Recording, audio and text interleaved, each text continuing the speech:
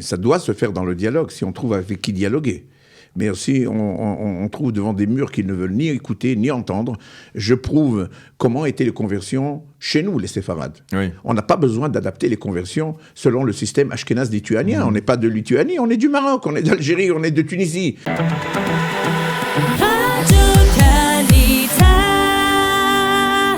Eh bien, nous avons le plaisir d'accueillir dans ce studio le Rav Chaim Amselem. Rav Chaim Amselem, bonjour, Boker Tov. Boker Tov, Daniel. Merci d'être venu, de vous être déplacé dans notre studio pour parler d'un sujet extrêmement important qui est au cœur de l'actualité aujourd'hui.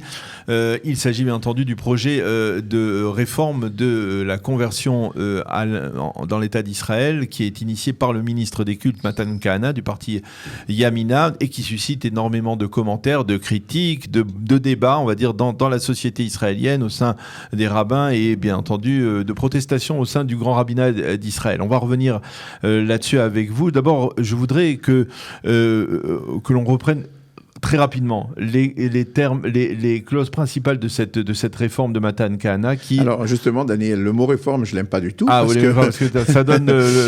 on est tous des on risque des d'être rabbins réformés. Oui. Voilà, on est tous des rabbins orthodoxes selon la halakha et selon le Shulchan Aruch. Ça, c'est clair. Mais c'est un changement, on va dire. Un changement demandé. Un changement. Excusez-moi, c'est pas un changement. C'est un retour à ce que faisait le rabbanout il y a longtemps. La rabbanout, à la création de l'État d'Israël, chaque rave dans sa ville avait la possibilité, quand il y avait un besoin, de former un beddin de lui et deux talmidei hachamim afin de convertir. Parce qu'il y avait beaucoup de personnes qui venaient s'inscrire pour le mariage et on découvrait qu'il y a un problème dans le judaïcité. Alors, les rabbinim faisaient un beddin, ça existait jusqu'à 40 ans. À partir du moment où la rabbanout en Israël a changé... Le grand rabbinat. Le grand rabbinat a changé. Il est devenu plus orthodoxe, on va dire. D'un rabbinat sioniste, est tombé dans la main des partis ultra-orthodoxes non sionistes. Il a commencé à adapter le système de Giour, tout à fait l'inverse de ce qu'avait donné le grand maître, Rabbi Ben Zion Meir Hazi Uziel, le grand rabbin d'Israël. C'était lui qui avait donné les formes, comment il faut faire le Giour. Et on a Alors, comment il fallait faire à l'époque? Comment on le faisait à l'époque? Par exemple, à l'époque du Rav Uziel. Les rabbins des villes faisaient leur Giour. Une personne qui venait se présenter, si le rabbin juge qu'il mérite le Giour, il lui donnait le Giour. Et chaque rabbin connaît la halakha, connaît le Shulchan Aruch, c'est des choses connues. Il n'y a pas d'invention là-dedans. Il passait un examen, il fallait des connaissances. Le rabbin formait et lui donnait le programme à adapter. Et dès qu'il avait fait ce programme, à partir de ce moment-là, il lui donnait son Giour. C'était la loi, c'était la règle, c'était la rabbanout. Il y a 40 ans, une des conditions qu'avaient donné les grands rabbins lituaniens ashkénazes, c'était d'annuler ce système. Et effectivement, le jour où le Rav Bakshi Doron, Zechrono Livracha, et Ibadel Haïm, le Rav Lao, sont devenus grands rabbins d'Israël, le même jour, ils ont arrêté et ils ont enlevé cette possibilité aux rabbinim de ville. Et à partir de ce moment-là, c'était les Baté Din, c'était les tribunaux normaux. Les choses ont évolué. Les tribunaux... Mais il y a eu, par exemple, à cette période, à l'époque du Rav Druckmann, il y a eu... Attendez, on est après. Alors, après il y a eu les grandes aliotes, de l'ex-Union soviétique. Et il y avait un grand besoin de conversion. Les tribunaux rabbiniques normaux n'ont pas eu la possibilité et la force de s'en occuper. Ils ont créé ce qu'on appelle Ma'arach HaGiyur, le service de la conversion. Qui dépendait, lui, du Premier ministre. Qui dépendait du Premier ministre, mais était toujours sous l'égide du grand rabbinat d'Israël, le Rav Druckmann, etc. Et on connaît la polémique qu'il y a eu il y a une quinzaine d'années avec les soldats, 5000 soldats, qui ont été convertis par le service de conversion avec le Rav Druckmann, mais qui n'ont pas été acceptés par le grand rabbinat d'Israël, qui a fait des problèmes. Et le Rav Ovadia Yosef, Zichrono Livracha, lui-même a écrit un seul résumé pour accepter 5000 soldats israéliens qui étaient convertis par le service de conversion, qui ont passé. La différence à l'époque, on peut dire, et jusqu'à présent, c'est que le grand rabbinat d'Israël estime que le converti ne doit pas seulement faire Kabbalaton Malchut Shamaim au moment où il se convertit, c'est-à-dire accepter le joug divin, on va dire, mais il doit continuer à être pratiquant. C'est l'une des différences, alors que d'autres estiment que finalement, ce qui est important, c'est au moment précis de la conversion, son intention. Oui et non, parce que qu'est-ce qu'est la pratique? Qu'est-ce que la pratique vraiment? Est-ce que d'être traditionnel, ça s'appelle être pratiquant, ou être traditionnel, ça s'appelle être laïque? Selon l'extrémisme, il voit en toute personne qui n'est pas comme lui, quelqu'un qui n'est pas dans la règle, et pour lui, il y a un problème. Tandis que le rabbinat, les rabbinats, depuis toujours, ont vu que quand quelqu'un, il est un Zera Israël, j'explique, quelqu'un qui vient d'une essence d'Israël, qui a un grand-père juif, on va qui a dire, grandi dans une ambiance juive, qui vit en Israël, qui a un mérite extraordinaire, qui fait un service militaire, qui verse son sang pour l'État d'Israël, qui accepte de rentrer dans le judaïsme, dans la tradition du judaïsme, avec tout ce qui concerne. À ce moment-là, c'était la possibilité des rabbins de ville de juger est-ce qu'ils méritent ou ils ne méritent pas. Cette façon de faire le Giour n'est pas que le rabbinat d'Israël du Rav Uziel, c'était, comme je l'ai écrit dans un de mes livres, le système de Giour au Maroc, en Algérie, en Tunisie, tout était pareil. Le Shulchan Aruch est bien clair, les halachot sont bien simples, mais à partir du moment où on a intronisé et on a donné à l'extrémisme de se placer, on est en Israël dans une tragédie énorme. L'État d'Israël, dans toute une année, avec les Olim d'Éthiopie, qui sont déjà un peu là, avec le système de conversion de l'armée israélienne qui est un peu plus souple, on arrive à 2000 conversions par an. Tandis qu'on a aujourd'hui un demi-million de personnes qui demandent la conversion et qu'on a qui demandent ou qui peuvent. Je dis demandent, ça veut dire ils auraient pu parce demander. Que tout le monde ne demande pas. Ils ne demandent plus parce qu'ils ont compris que c'est impossible. Ouais. Ça c'est clair. On a aujourd'hui 100 000 couples qui sont mariés dans des mariages mixtes sans Giour. On a plus de 7 000 naissances par an de jeunes, d'enfants qui naissent, qui ne sont pas juifs selon la halakha. Et on est en train de créer l'assimilation ici en Israël. Pas en France, pas en Amérique, ici en Israël. C'est une tragédie.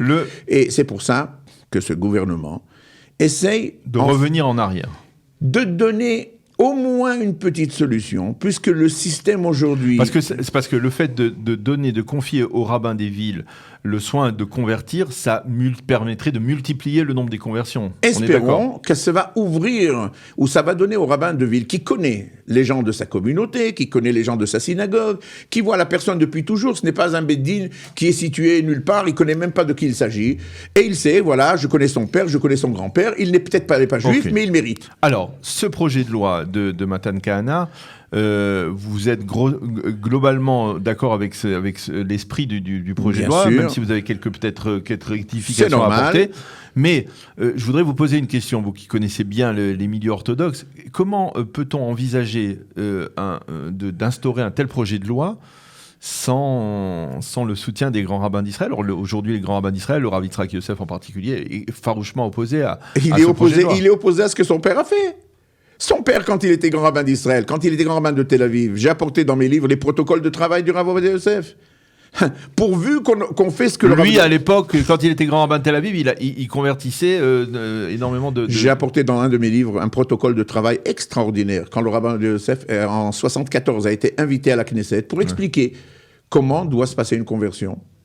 Il est très simple, il faut lire. Là, il était grand rabbin d'Israël en 1974. Il était déjà grand rabbin d'Israël. Il venait d'être grand rabbin d'Israël. Il a expliqué.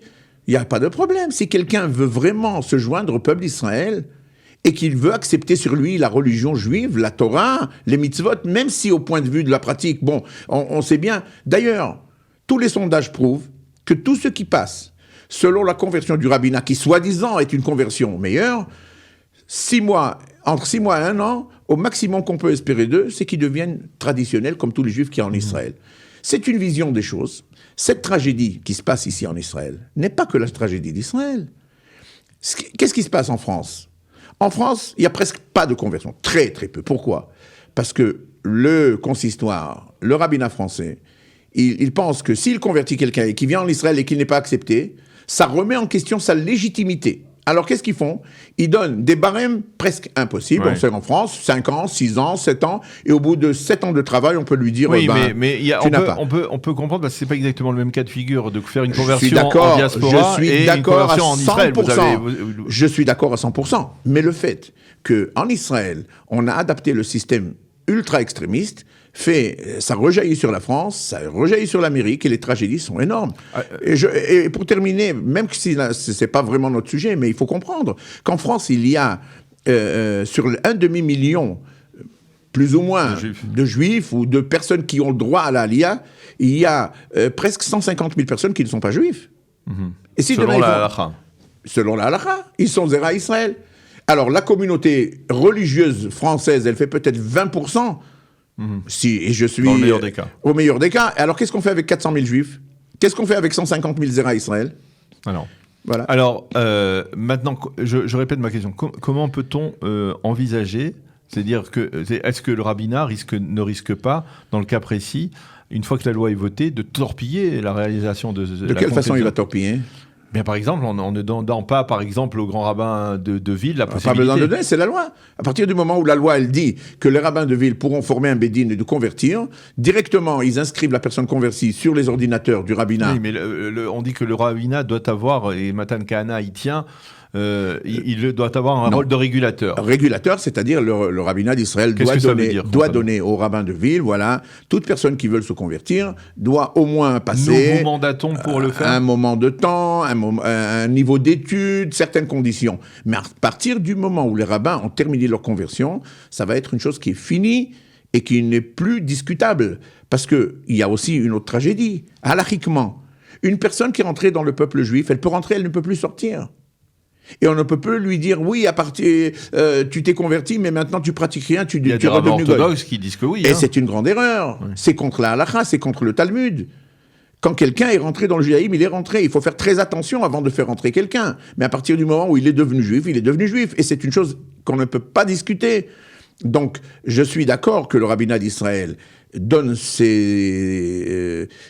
la façon où il veut que la chose se passe.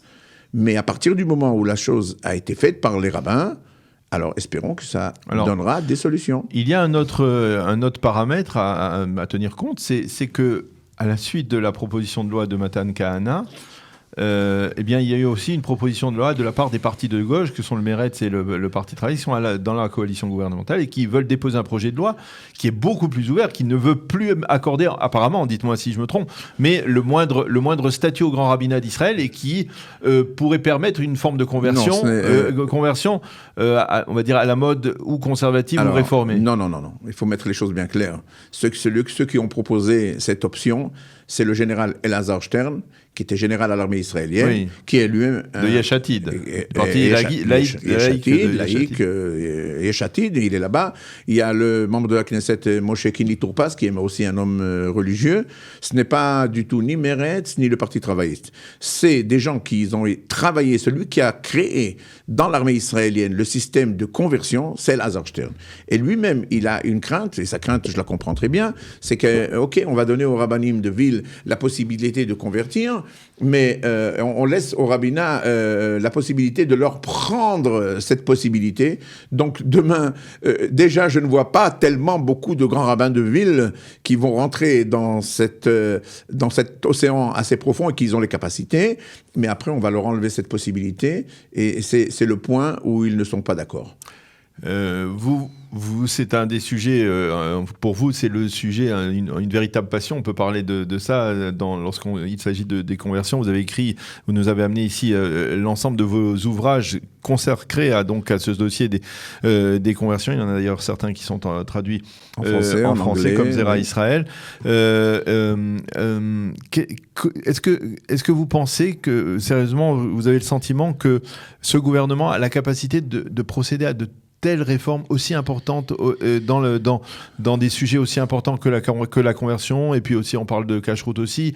Vous pensez que finalement ça ne doit pas se faire dans le dialogue plutôt que dans l'imposition d'une loi? Oui, ça doit se faire dans le dialogue, si on trouve avec qui dialoguer. Mais aussi, on trouve devant des murs qu'ils ne veulent ni écouter, ni entendre.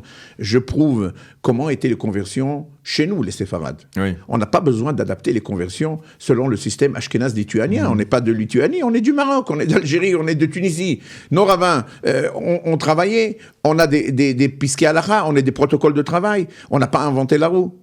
Alors, je suis d'accord qu'il faudrait arriver à un point d'entente. J'espère qu'on va arriver à un point d'entente, mais on n'a pas l'option. On n'a pas cette possibilité de laisser 500 000 Israéliens qui sont au service militaire, qui s'intègrent. Demain, votre fille rencontre à l'armée un jeune garçon qui s'appelle Metzger et qui parle l'hébreu, qui a fait son service militaire. Il est même traditionnel ou peut-être religieux. La veille du mariage, elle découvre qu'il n'est pas juif. Qu'est-ce qu'on fait ? On a 500 000. C'est une tragédie. L'assimilation, elle n'est plus en France, elle est en Israël. c'est un problème très grave.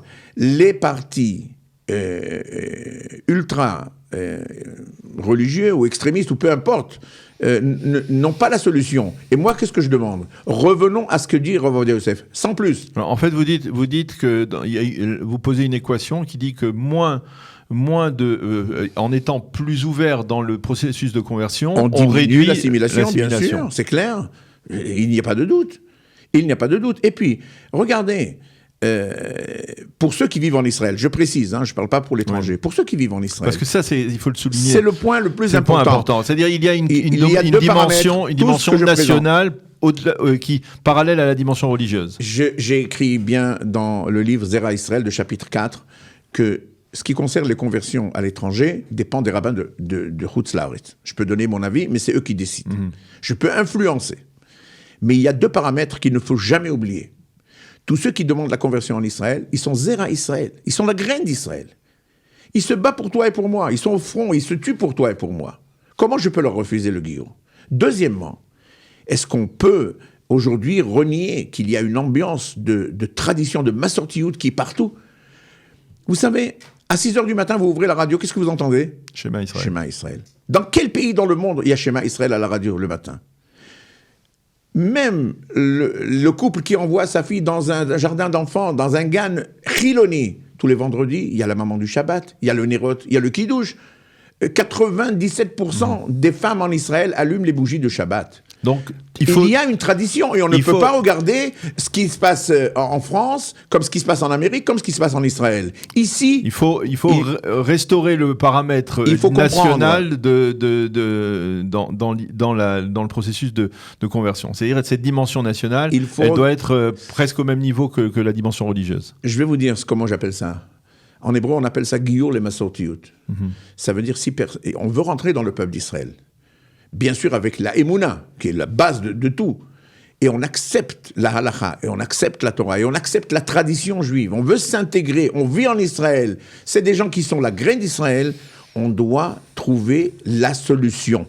Jusqu'à présent, les gouvernements se sont sauvés de cette pomme de terre bouillante parce que c'est trop compliqué pour eux. Et moi, je pense, et il n'y a pas que moi, tous les rabbins qui sont de notre côté pensent que pourquoi allons loin? On avait ici en Israël les grands rabbins, le Rav Uziel, le Rav Yaakov Moshe Toledano, Rabbi Yosef Messas, Rabbi Shalom Abehsera, Rabbi Masoud Kohen, Rabbi Haim David Alevi, Rabbi David Shlouch, tous les grands rabbins séfarades sont très clairs pour la conversion. On les a mis de côté et on a pris des rabbins, avec tout le respect qu'on peut avoir pour eux, et on les a créés comme c'est eux, le mont Sinaï qui est descendu à Bnei Brak et à Mea She'arim. On n'est pas d'accord. On ne veut plus être d'accord. On veut la halakha que nos ancêtres, nos rabbanim ont fait, et c'est ça qu'on doit faire pour le pays d'Israël.